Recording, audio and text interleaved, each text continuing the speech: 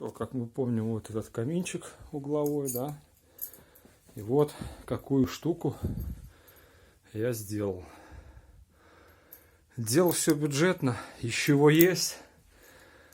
Короче, гипсовая штукатурка обычная. Вон она, остатки. Вот так вот накидал. Ну, помним, что базальтовая вата. Можно использовать обычный гипсокартон. Но я специальную херню купил, и это получается около косаря градусов выдержит. Вот эти втулки, они дороговаты, бессмысленно. Остатки вот нарезаешь, и можно до сюда наращивать втулочками. Вот как я делал. Вот тут. О, 2 штучки, и все.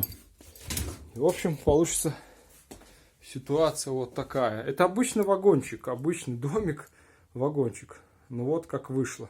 Все оно покрасится в белый цвет. Здесь это шов термоклея, который выдерживает 1500 градусов. Вот, станет этот каминчик туда беленький. Здесь также будет под цвет этого кирпича. Все это я состарю. И вот так вот будет выглядеть. Вот, а здесь будет, я уже показывал, вот такая вот плитка под старинный камень. Под старинный камень, короче. Вот такие вот дела. Как-то так. Все бюджетно, но выглядит прикольно.